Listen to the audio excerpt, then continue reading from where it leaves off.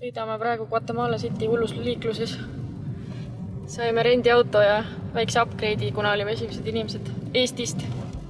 See liiklus ikka täitsa Suht pingeline on.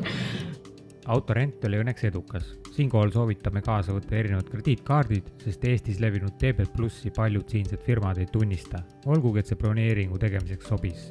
Hind oli mõistlik, arvestades, et see sisaldas täielikku kaitset kindlustuse osas ja nagu järgnevad päevad meile näitasid, siis Guatemala teedel on see hädavajalik.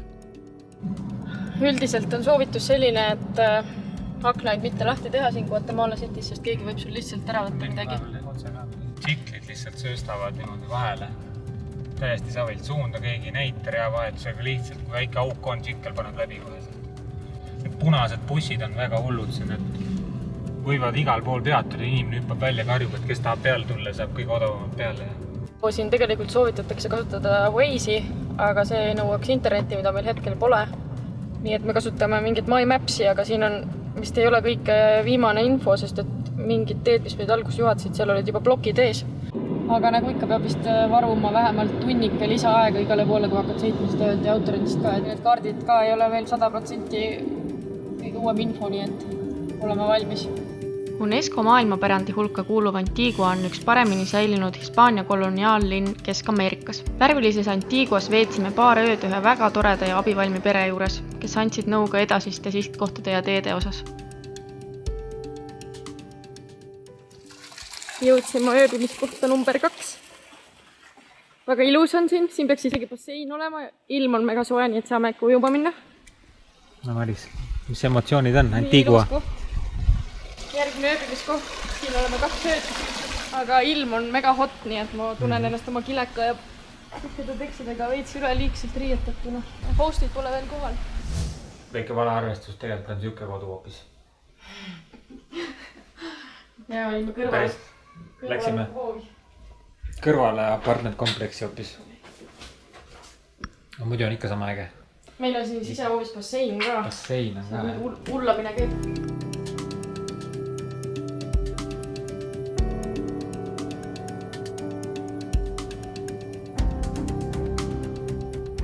Aga noh, see on siuke linn, kus vist võib veits olla turisti moodi, sest siin on neid nii palju. Et vist on veits seifim. Ma ei tea, me oleme praegu kogu kiiriga siin. Otsime vaikse koha, kus paar droonilendu ka võib-olla teha. Nüüd lähme otsime süüa. Ja varsti on vaja vaadata, kas me saame kuskilt raha ka välja võtta. Dollareid vahetada. Siin vahetatakse ainult $100, siis väiksemaid ei vahetata. Homme hommikul ongi meil vulkaanimatk. Kui kõik hästi läheb ja meid peale võetakse kell 5 hommikul. Meie matka siitkohaks on Acatenango, Antigua kõrval asuv vulkaan de Agua kohta, aga nii palju, et aastal 1541 põhjustas just tema mudalaviini, mis hävitas tollase Guatemala pealinna. Tegelikult soovitatakse nädalake koha peal olla, enne kui vulkaani otsa ronida, aga me lähme 3. päeval juba. Me oleme veits karmimad.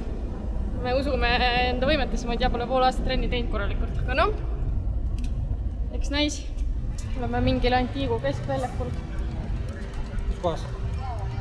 Antigua keskväljakul. Ma kuulsin Antigua.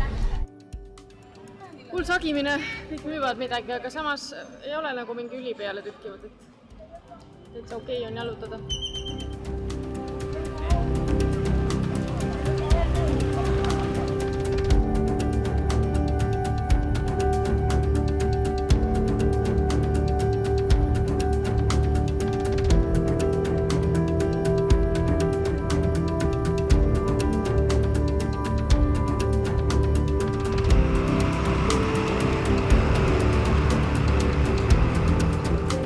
Oleme Antiguas.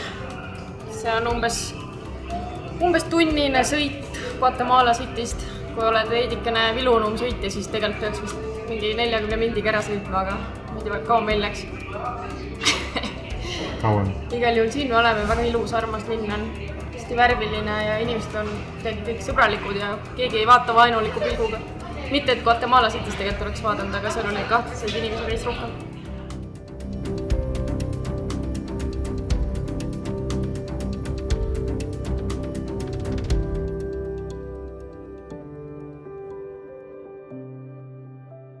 Läheme mäge vallutama. El Mirador või? Mingi Cerro de la Cruz või? Okei. Mingi rist on seal otsas. Teeme trenni homseks, kus on mul vulkaanimatk. Aga see tundub praegu juba päris raske, ma olen alles alguses. No see väike jalutuskäik annab ikka tunde küll. Hea trenn. Aga väiksed lapsed ja vanad inimesed on ka siia saanud. Koerad on siia saanud. Vabanduse suht ei ole. Saame hakkama. Homme on 6 tundi matka üles. Nii et natuke kõrgemasse tippu ilmselt. jõudsime vist kohale.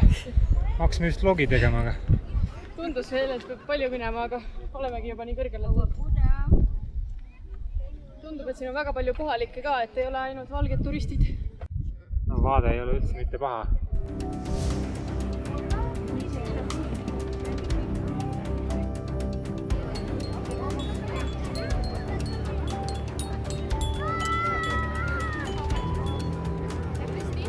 Pärastlõunane see vihmasabin vist on tulemas. Aga hea väike jalutuskäik oli. Politseisid ikka jätkub siin igal pool. Valvavad turiste või ma ei tea, mis nad teevad.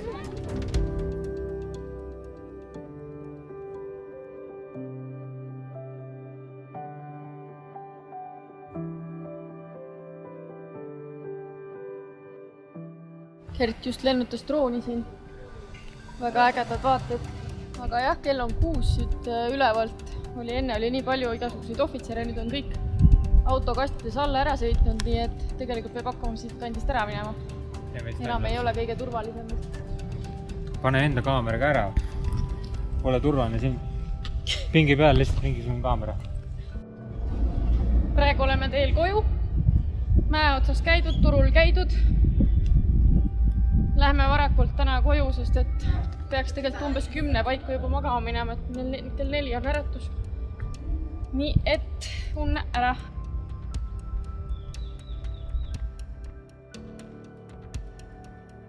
Päev külalislahkes Antiguas jõudis kiirelt õhtusse. Ees ootas väga varajane äratus.